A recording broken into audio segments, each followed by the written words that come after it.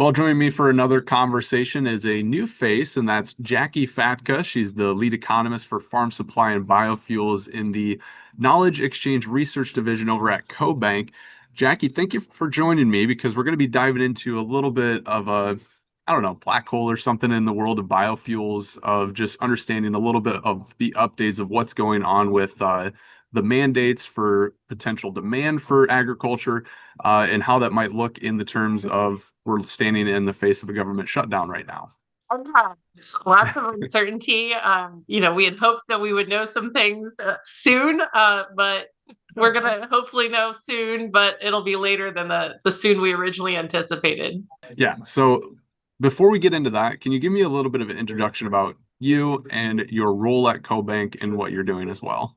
Again, thanks so much for inviting me here on behalf of CoBank. As you mentioned, I'm part of our knowledge exchange division. I cover the farm supply and biofuel space.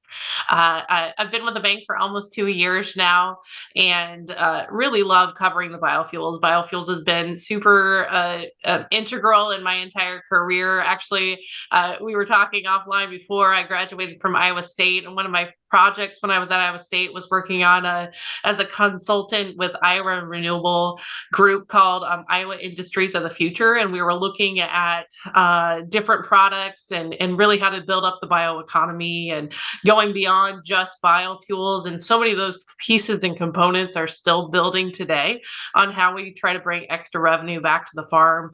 I have a great interest in farmers. My dad and brother still farm down in Southwest Iowa near Atlantic. My son actually just started college with an ag business focus over at Kirkwood and Cedar Rapids. And so, biofuels has really been a huge driver in the last 25 years of growth in rural America, being able to create new demand bases. And we're back to a new time period in the agricultural cycle where, again, biofuels has such great potential to again create new demand opportunities, new revenue avenues for the farming industry. Yeah, so kicking things off here, let's take us back to June when the Environmental Protection Agency released its renewable volume obligations for 2026, 2027. Explain what RVOs are and kind of, the reaction that the industry could have to that as we near a deadline. The EPA is supposed to finalize their rule by November 1st. However, with the government shutdown, it seems like they're never on time anyway. But take us back to June and talk about those RVOs. So more acronyms in agriculture. So the RFS, the Renewable Fuel Standard, is was created in 2005 and then updated in 2007. Previously, those were yearly obligations. So the RVO is the Renewable Volume Obligation. So what is essentially the mandated level that should be blended into the overall fuel supply. And so each year we used to have those as a yearly had to be out each year. It was supposed to be out by November 1st. But yes, we've lived decades with this being behind. Well, at the end, the last time we updated it, we actually had a 2023 through 2025. So it was a 3-year rule because at the end of that was the period where we started to EPA had the ability because Congress wrote that in. Instead of doing a yearly, they could do a multi-year, what they call a set rule. And so we had a 3-year set rule this last time around, which gives a little more certainty in the sense that you're not waiting year to year to see what those volume obligations are. However, the last time around they underestimated, especially in the biodiesel demand. So it's good for the certainty of the sense that you at least know what you're working with for that mandate. But if you set that level too low, then you have to live with that for a couple of years. So June this year, we did get the 2026 and 2027. So they did not do a full 3 years. They just did 2 years. and really did hear the industry's call for making sure they increased that biomass-based diesel levels, because we were really overproducing above what the mandated level was. So kind of going back to the creation of the RFS, it was designed to help encourage additional further use of that. So the mandate is not supposed to necessarily be a floor. It does act as a floor, but we want to make sure that it projects forward where growth is going, which we've seen a huge surge in renewable diesel here in the last couple of years, surpassing the amount of biodiesel, which previously was a lot of that category prior to the last couple of years. So, the proposal that came out in June, not a lot of change on the ethanol side. Ethanol is pretty substantially the same, 15 billion gallons there. But the big part again was the increase in the biomass-based diesel. Huge demand opportunity, a lot of additional demand potential there for additional soybean demand because of that projected potential growth. Today we use about 49% of soybean oil for biofuels. Under this proposal, we could see that increase from 63 to 78% of our soybean oil used for biodiesel or renewable diesel. So I'm going to pause there because I want to, it's a big picture. The RFS and the RVOs is a really important part of it, but really just one part of this overall biofuels picture. Let's move on to the 45Z aspect of everything too, because before the last year expired, we had the biofuel tax credit that helped propel, the renewable diesel boom, essentially, of bringing a lot of soybean oil demand usage. And then that dropped off at the first of the year with the expiration of that. So we were really banking on 45Z. And that created a lot of uncertainty where just volumes of biodiesel plummeted, volumes of renewable diesel plummeted. We've kind of seen a recovery lately. So is there still that optimism that we could get some clear focus on that from the Inflation Reduction Act, as well as the U.S. Treasury, as well as the RVO, as well as, just everything coming into play for keeping that along the lines of optimism within the industry? So again, I see it as kind of a three-legged stool. So one of those legs is the RFS and where they put the RVOs level. Another one of those legs of the stool is 45Z, and the other one is the small refinery exemptions. We can talk about that too. But 45Z, as you mentioned, was part of the Inflation Reduction Act. It is a tax credit based on the total carbon intensity reduction. So it's supposed to really point not just on the fact that a biodiesel is blended, which was what the blender's tax credit was, $1 tax credit for every blended gallon was able to be received. But 45Z was supposed to really create a new focus on the carbon intensity. Now, 45Z can apply to biodiesel and ethanol and renewable diesel. It's all on transportation fuels. And then it also was able to be used for sustainable aviation fuel, which is another new opportunity component, demand opportunity within this biofuel space. Previously, as you mentioned, the Inflation Reduction Act, which was in 2022, we had a 40B, which was just for SAF, but then 45Z was supposed to go into effect. And right before the Biden administration left town, they did end up releasing some guidance on 45Z, but it's just guidance. And there's a lot of holes that we're still trying to figure out. A big hole that they did say could be developed was the reductions that could be accounted for within the carbon intensity score based on climate smart practices on the farm. And so, does a no-till, does, use of manure for fertilizer, does cover crops, what kind of reaction and to the overall carbon intensity does that have on a as a ethanol plant or biodiesel plant, renewable diesel plant, as they source those feedstocks, what kind of carbon intensity does it have? Bottom line, the 45Z was extended in this summer's One Big Beautiful Bill Act that came out of Congress, but it eliminated the the difference between having an extra incentive for the SAF. And so everything is on the same level. So on-road transportation is getting the same amount of money that the SAF is, which SAF is more expensive to produce. So that's a little bit of a policy. SAF was probably one of the bigger losers in that bill because there wasn't that additional incentive to kind of offset those higher costs. So that's one thing on 45Z. We are seeing 45Z transactions already taking place. Green Plains Energy, which is a ethanol plant there in Nebraska, they are, you can get your carbon intensity score below the 50 threshold, which is kind of, as I mentioned, the threshold for every 2 cents over point reduction, you get more money.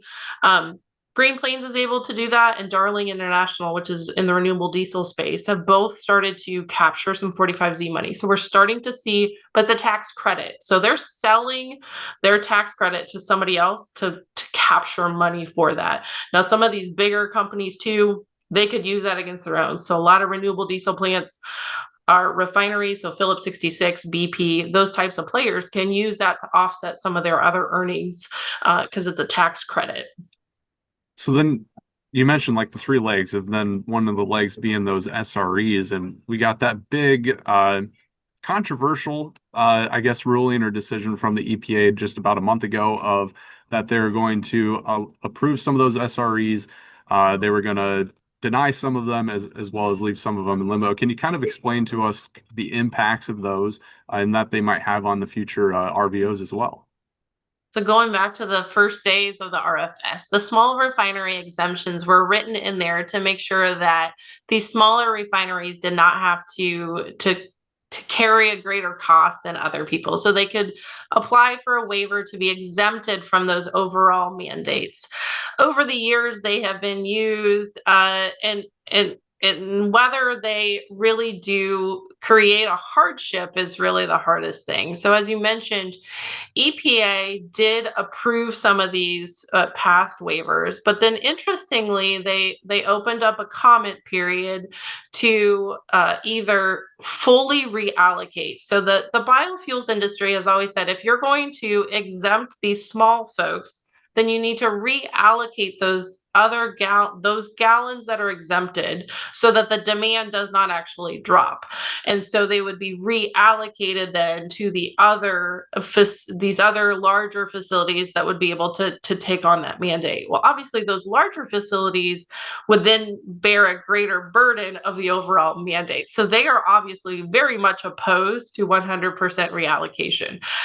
EPA, when they did propose this, they proposed for comments on a 50% reallocation, a 100% allocation, or even a 0% reallocation. They wanted to know from the industry all the different insight. And this is partly too in past administrations, there's been court cases that have overturned this. So I think this is an olive branch that EPA said, okay, fine. We aren't going to tell you if it's going to be 50% or if it's going to be 100%, but we want comments from you on what the impact will be. So we still don't know what EPA is going to do, whether they will fully exempt and reallocate those or if it will be just a 50%. But that's just one more piece because this just happened in September that's going to delay our final rule. When EPA did make their RVO announcement, the RFS 2026-2027 proposal in June, their intent said that they would have it out by October 31st, which would allow for implementation ahead of, when it actually went into effect in 2026.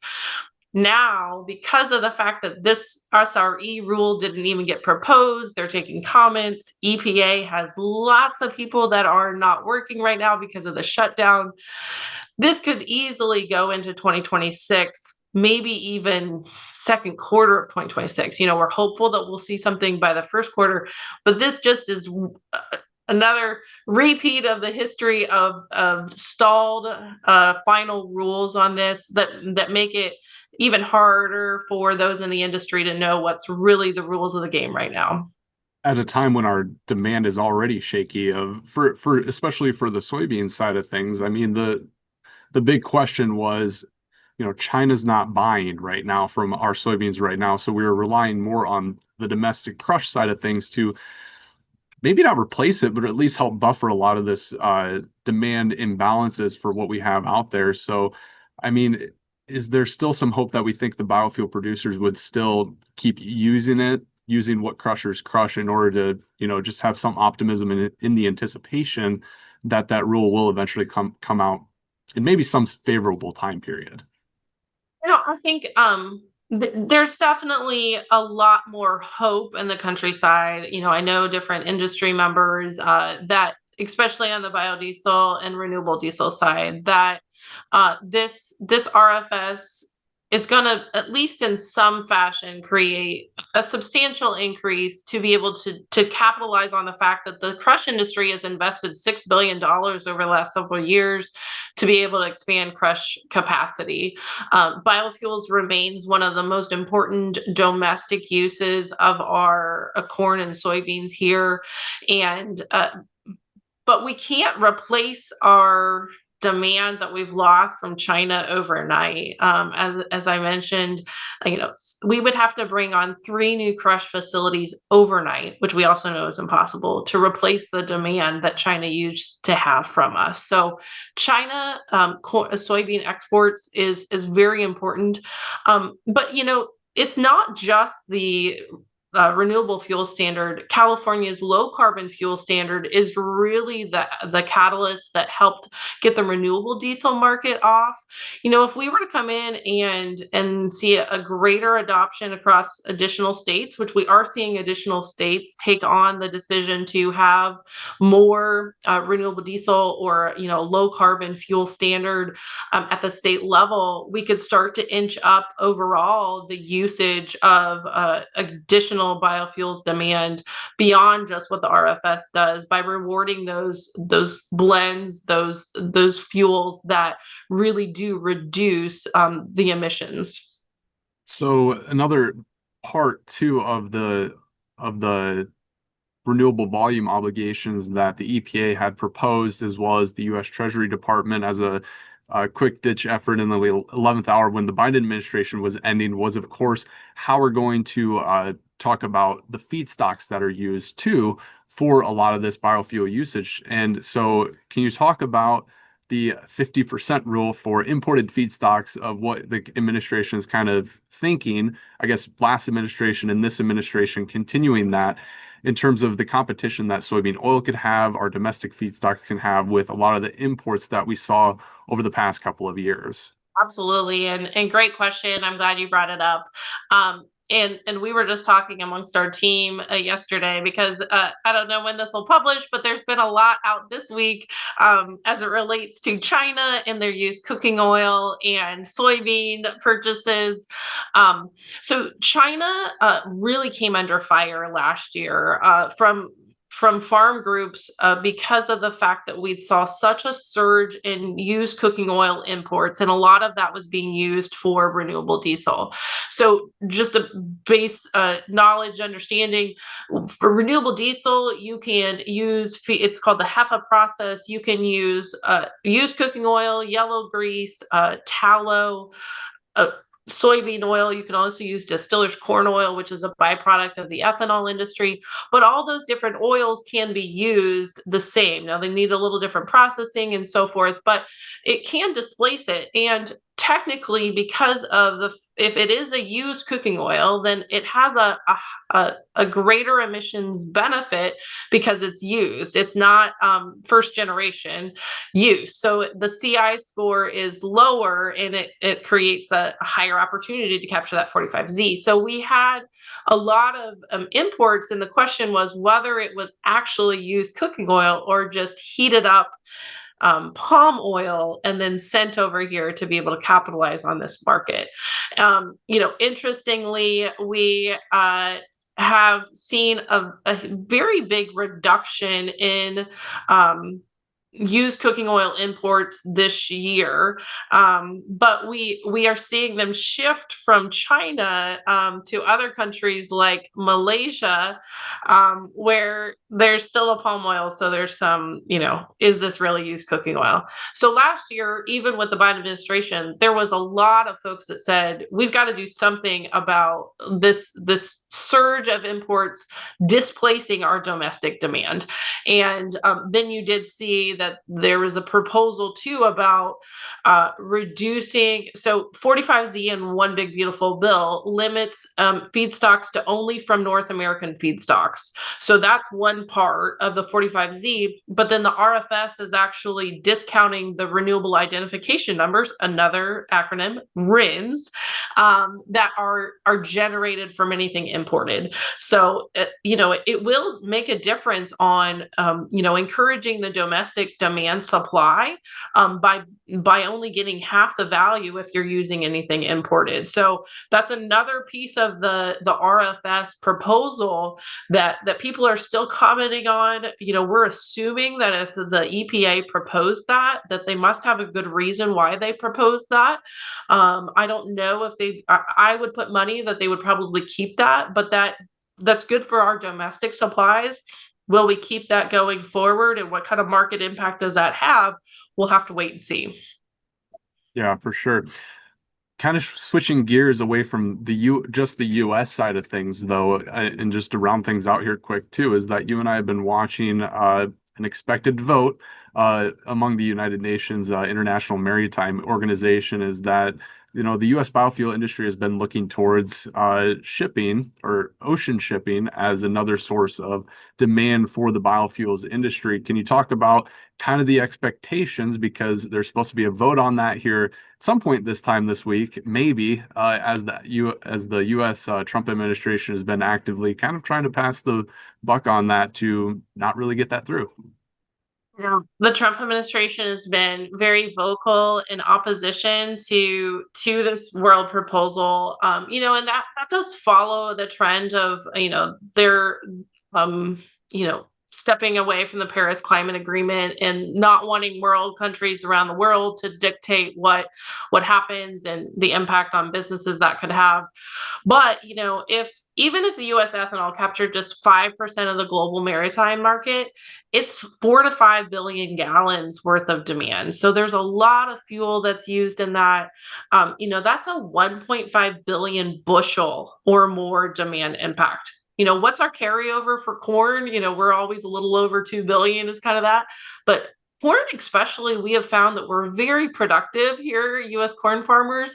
So that's a huge opportunity, and to say that we don't want to be participant in that does really eliminate the opportunity. Again, finding a new demand base. We are very productive here in the U.S.